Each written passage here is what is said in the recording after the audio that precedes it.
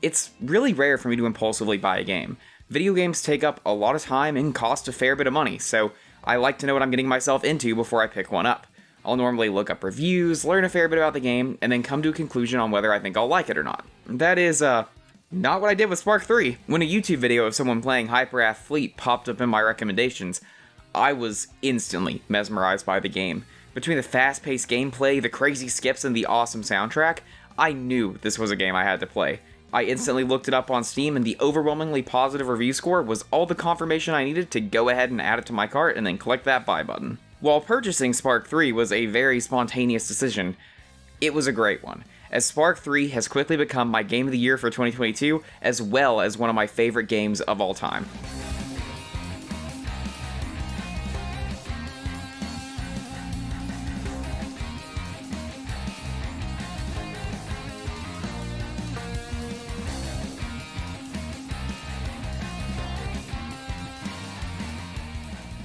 I grew up playing Sonic Adventure 2 Battle. I absolutely adored the game, and after 100%ing it relatively recently, I gained an even deeper appreciation for the game and for the adventure formula. I always hated that Sega ditched the adventure format after the failure of Sonic 06, because while 06 was a technical disaster, the formula that served as its foundation was never broken. While future iterations of Sonic have their merits and can be really enjoyable, I've always been partial to the adventure era, because its core gameplay is so incredibly unique and fun. The reason I bring up the adventure era is that Spark 3 is so clearly a game born out of a deep reverence for it, and Spark 3 wears its inspirations on its sleeve. From Protest Prison feeling like a mashup of Green Forest and Prison Lane, to the extremely original loading screens, or the fact that the Dry-On Desert is literally just Rail Canyon. And that's without even talking about how similar Spark's moveset is to Sonic's. But Spark 3 doesn't simply copy Sonic and rely on nostalgia. Instead, it feels like a genuine evolution of the era. I realize it's generally bad form to compare one game to another in the first few minutes of a video, but in this case it felt unavoidable, as Spark 3 is so heavily inspired by Sonic, and is essentially Sonic Adventure 3 in all but name. But rest assured, that doesn't mean that Spark 3 can't stand on its own, as whether you care about Sonic or not, this is still one of the best platformers ever made. Oh, and there will be minor spoilers throughout the video, but I will not be talking about the story in detail or anything, so nothing to worry about there.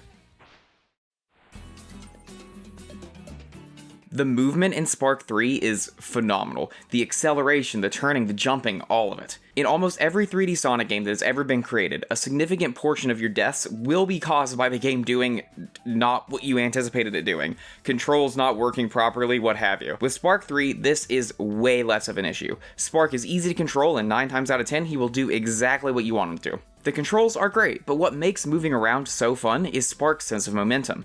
As you go down slopes, you'll pick up speed, and as you go up slopes, you'll lose speed. This, combined with the bevy of moves in your arsenal, transforms each level into a playground, where you are invited to use your momentum to your advantage and find creative ways to overcome whatever obstacles lie in your path. My favorite example of this is in Flower Mountain City, where you could go through this loop and then work your way up to the goal using charged Jester dashes, or you could just use a speed boost in combination with a boost pad to launch yourself past the loop and land on the upper levels of the platform, allowing you to get to the goal way faster. Using your momentum like this not only allows for countless skips and tricks to be performed in each level, but it also just feels really good to pull off because the game controls so well, and the momentum physics are so well made. On top of that, Spark's moves are just really versatile and fun to use. The dash ability gives Spark a short burst of speed, which is really useful to start building momentum, but also prevents the player from getting stuck if they lack the momentum to continue. One of the most pace-breaking moments in the original Sonic games was when you just barely didn't have enough momentum to make it up a slope or incline, and got sent back to the bottom where you had to spin dash to regain your momentum to get back up. Thanks to the dash being spammable in Spark 3, this is a non-issue.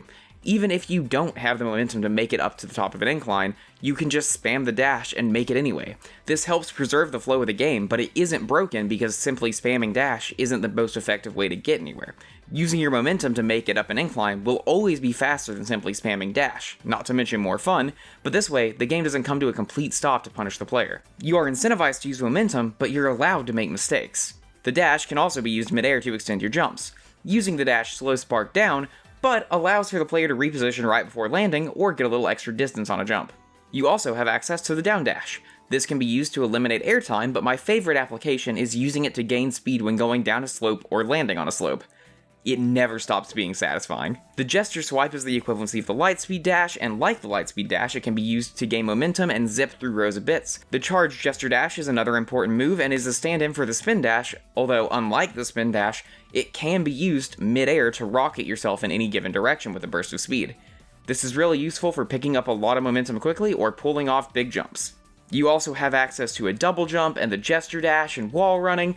It can take a second to adjust to all the key bindings, but once you do, all of this controls perfectly, and these moves can be chained together in really interesting ways, like using a Charged Jester Dash to get a burst of speed just before jumping off a platform, using your double jump then dashing, and using another Charged Jester Dash to extend your air time, and then using a down dash when you land to get a burst of speed. As you might have noticed though, you don't just have access to Spark. Throughout the game you can unlock and play as different characters. Interestingly though, you can swap between them on the fly. The aptly named Float can float while in midair for a short duration, Farx can use 2 midair dashes, Reaper gains invulnerability when he uses dash, allowing him to dash through hazards, and Sparx has increased speed and jump height, and each of these characters has access to all of Spark's original moves. I already loved the movement of this game before I figured out this mechanic, but this made me love it even more. Being able to swap between these characters on the fly can create some really interesting moments, such as using Sparx to get extra jump height, swapping to Float to get extra airtime, and then swapping to Reaper to dash through an obstacle once you land. Oh, and that's not all. You're also able to unlock numerous powers that cost energy, which you can find in the levels.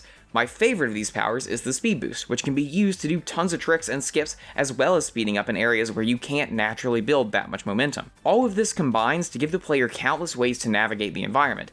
There is an unbelievable amount of depth in all of these powers, and discovering new ways to combine them is absurdly fun. This gives the stages an insane amount of replayability, because even if you beat the time trial already, there are so many ways you can still improve your run, and even if you don't care about getting the fastest time, it is still ridiculously fun to mess around with all these movement options in order to pull off cool skips and tricks. All of these movement options are great, but they're useless if the level design doesn't facilitate their use. Thankfully, it does. The level design in this game is immaculate. Earlier I called the levels playgrounds, and oh, that is so true. These levels are massive with so many alternate paths in any given level, and there's slopes and inclines all over the place, allowing the player to use their momentum. One thing I really appreciate is that you can go pretty much wherever you want. See that building in the distance? You can get on it. Is there a reason to? Not always, but I really appreciate the fact that you can just go exploring. One of the alternate paths in District 5 involves bouncing between these buildings that I thought were simply set dressing on my first playthrough. I just think that's awesome. The levels are also just the right length and know when to change things up to keep you interested. To illustrate this, let's talk about one of my favorite levels, Airstrip Madness. This level starts out with a brief 30-second driving section where you arrive at an airport. You then head in and get past security, go through baggage claim, and work your way through the airport until you get to the runway, and eventually you board the plane right as it takes off. You then run through the inner workings of the plane before finally arriving in the cockpit. Not only is this level really fun to play, but it is so thematically strong and varied. This thematic strength continues in the area side missions as well. You have a race mission to board a rocket before it takes off? Where'd you get that idea? And then the next mission takes you into a full-blown space level. I could go into extreme detail about how the levels have slopes placed in just the right locations to allow for skips, and all the great alternate paths that are available, but I'll let you discover that for yourself. Suffice it to say, these levels are brilliantly designed and very thematically strong. There are a few gimmicks spread throughout the game, such as driving sections, flying sections, and whatever this thing is. These could theoretically ruin their respective levels, but they actually control pretty well and are short-lived enough to where they are a nice change of pace, but don't stick around long enough to get annoying. I'm not a huge fan of the pure driving levels or the coin collection levels, but I can just skip those on replays. So all in all, the levels in Spark 3 are really well designed and take full advantage of the game's incredible movement. This results in awesome levels that are just an absolute joy to speed through. Well, we had to come to a negative sooner or later. Well, actually, the combat in Spark 3 is surprisingly good. It's pretty basic beat-em-up combat, but it's executed very well. The attacks feel really good, and there are plenty of combos to pull off, and there are even unique powers you can unlock that give you even more options in combat. One of the more interesting aspects of the system is that you have a combo meter that fills up each time you use a new combo, and filling that meter up gives you a damage multiplier. This encourages you to change the combos you're using. Remember those characters from earlier? Yeah, they each have different combos, so swapping between them mid-combat is a great way to build your combo meter. On top of that, different characters' combos have different strengths. For example, the Reaper swings in massive arcs, making him great for cleaving down multiple enemies at a time. There is a surprising amount of depth in this combat system, and it can be really fun to engage with. The bosses actually tend to be really enjoyable as well. While I like the combat in isolation, I'm not a huge fan of its implementation in some levels. Most enemies can be dealt with by using a simple Jester dash, however some enemies require that you actually fully engage them in combat. In all of the main levels and most of the side levels, this is fine. You can pretty easily skip these enemies, however in some side missions, a red wall will be put up and you won't be allowed to progress until you deal with a small pack of enemies. Again, dealing with these enemies isn't hard or terribly time consuming, and can even be fun, but it still feels like a jarring change from this. I don't mind having combat sections as their own levels or optional encounters in normal levels, but I find the forced combat sections in normal levels to be irritating and pace-breaking. Again, it's not a huge issue, but the beat-em-up combat feels at odds with the fast-paced platforming. The presence of combat is nowhere near ruining the levels it's a mandatory part of, but I would much rather it wasn't there, even if it can be fun. One of the coolest things about Spark 3 is that Spark 2 is more or less included completely for free. All the levels from the second game are available to play once you beat 3's main campaign, the main difference being that the levels have been updated to use the physics and movement of Spark 3. This is such an incredible move from the developer. Yeah, did I mention this whole thing was almost entirely made by one guy? Yeah, that's a thing. As if this game wasn't impressive enough on its own. Anyway, the Spark 2 levels are unsurprisingly fantastic and a lot of fun. They're a bit smaller in scale, and I definitely prefer Spark 3 levels overall, but I cannot get over how cool it is that the dev went out of his way to port all the Spark 2 levels over completely for free. I got the entire franchise in a bundle, so I decided to boot up Spark 2 and see how different it felt compared to Spark 3. I had a great time with it, but Spark 3 really does just feel better to control in my opinion, so I really appreciate having these levels playable in the third game. The story of Spark 3 didn't really land with me, no spoilers here or anything. I think it was largely down to the fact that I didn't play Spark 1 or 2, combined with the presentation being fairly uninteresting, probably because of budgetary restraints, and a lot of the story just being delivered through exposition. I'm sure there's a decent story here, but it just didn't connect with me, and I'm not really going to go into that much detail, as I really don't have anything much to say. Anyway, moving on. This game looks good. The environments are fairly simplistic, but the use of vibrant colors brings these stages to life and makes them a joy to explore. The characters and enemies have really cool designs. The levels in Spark 2 actually give me like really strong Sonic CD vibes, and I love it. Also, thanks to the simplistic art style, the stages are very readable, which makes navigating them a painless process. The only thing I don't like about the game's art style is Spark himself. I hate to say it, but I really don't like his design. I think he looks awesome as a 2D sprite, but the transition to 3D just made him look odd. I often stream games I'm playing to friends over Discord, and without fail, every person who saw me playing Spark 3 said something along the lines of, "Wow, this game looks really cool. I really don't like that main character's design though." Ultimately, it's really not a big deal, especially given that I can swap between any of the other characters I like more, but yeah, unfortunately I'm just really not a fan of Spark's base design, at least in 3D. As for the music, I don't think you need me to tell you it's amazing. It energizes every level and fits the game perfectly. I don't really have much more to say on it, but yeah, the game is aesthetically really strong and the music is fantastic. The completion process for Spark 3 consists of 3 main collectibles: Score Medals, Explore Tokens, and Speed Medals. Score Medals are by far the dullest collectible in the game. They simply require you to cross a score threshold in a level. There are a few issues with this medal. There's a massive overabundance of points available, there's no speed bonus at the end of the stage, and you don't lose points by dying. This means all that you need to do to get the medal is run around and kill every enemy in sight and pick up everything you find. There is no risk of failure and no need to go fast. Getting these medals was really easy, yet extremely tedious. It's not the worst thing in the world, but these medals did nothing but extend playtime. The Explore tokens, on the other hand, are actually pretty cool. These are tokens that are hidden in most of the levels, similar to red rings. I thought I would hate going for these, until I realized you could buy a radar power-up that makes searching for them really easy and relatively enjoyable. Instead of aimless searching, I would see one on my radar and try to figure out how to get to it. which was a far more enjoyable process.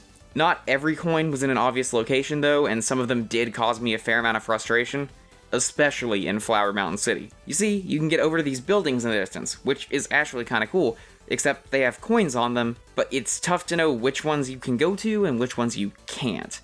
And there's no indication of where the tokens are, as your radar range isn't that large. I mostly enjoy going for these collectibles though, outside of a few levels. The speed medals, unsurprisingly, have you reach the goal in a set amount of time. These were my favorite collectible to go for, by far. The times were really reasonable and I was able to get them within a few tries, and I am not the best player. It provided a nice level of challenge, but didn't require you to know the best routes or perform perfectly. Finally, to get 100% completion, I had to play the game on the hardest difficulty. The main change is that you only have 1, technically 2, hit points, and this was pretty fun. It forced me to get better at the combat section of the game, but I still found the levels to be fairly easy to get through, even on this difficulty, although that was probably because I was getting pretty familiar with the game at this point. Overall, I enjoyed going for completion in Spark 3, particularly getting the speed medals, but everything else felt a bit like filler, with the score medals being by far the most egregious in that regard. I would have much preferred if the score medals worked like the rankings in SA2, where you have to engage with the level design, but you also have to go fast in order to get the time bonus at the end of the stage, and the challenge comes from balancing between the two. I think a system like that could have really complemented the pure speedrun medals, but ultimately, that's a pretty small nitpick. When I picked up Spark 3, I didn't have incredibly high expectations. It looked like fun, and I thought I would enjoy it for a few hours. I didn't expect this small little indie game that I haven't heard anyone talking about to become one of my favorite games of all time. It takes everything that made the adventure era of Sonic great and improves on it tenfold, from the impeccable movement to the brilliantly designed levels. If you have any affinity for adventure era Sonic, or if this game just looks like fun to you, please go check it out. It has a free demo on Steam, so you can make sure you like it before you buy it. This game deserves so much more attention than it's getting right now. It is criminal how few people are talking about it, given how awesome it is. This is one of the most fun video games I have ever had the pleasure of playing, and I look forward to returning to it constantly. And Lake Feppard, if for whatever reason you're watching this, thank you so much for making this game. I hope it came across how much I love it in this video, but this is everything an adventure era fan could ask for, so thank you.